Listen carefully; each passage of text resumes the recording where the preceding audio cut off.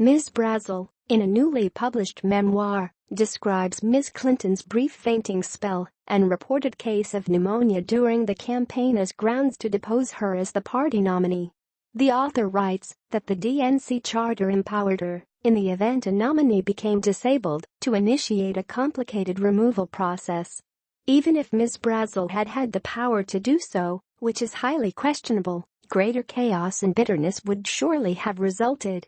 For starters, millions of voters yearning to put a woman in the Oval Office for the first time would have been outraged.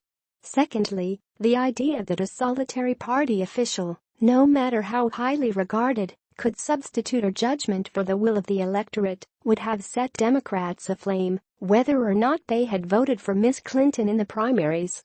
Finally, it is hard to see Mr. Biden, a party loyalist to the core, allowing himself to be so used.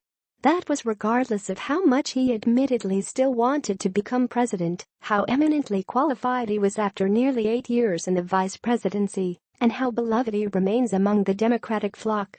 In the end, however, Ms. Brazile apparently thought better of the whole scheme and abandoned it.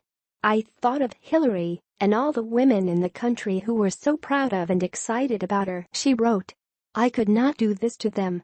Much of the rest of the book cites her personal dissatisfaction with the way campaign staff members, including manager Robbie Mook, treated her, and discusses what she describes as an impassive and lackadaisical pursuit of the presidency.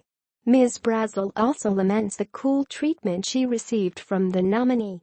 Meanwhile, the man who defeated Ms. Clinton, Donald Trump, increasingly demonstrates his own disrespect and even disdain for the political norms of the American electoral process.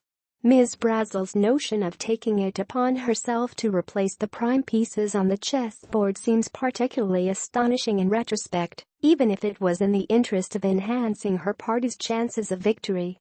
She also writes of replacing the 2016 Democratic vice presidential nominee, Senator Tim Kaine of Virginia, with Senator Cory Booker of New Jersey, apparently in the hope of strengthening the ticket's appeal to the African American voting bloc.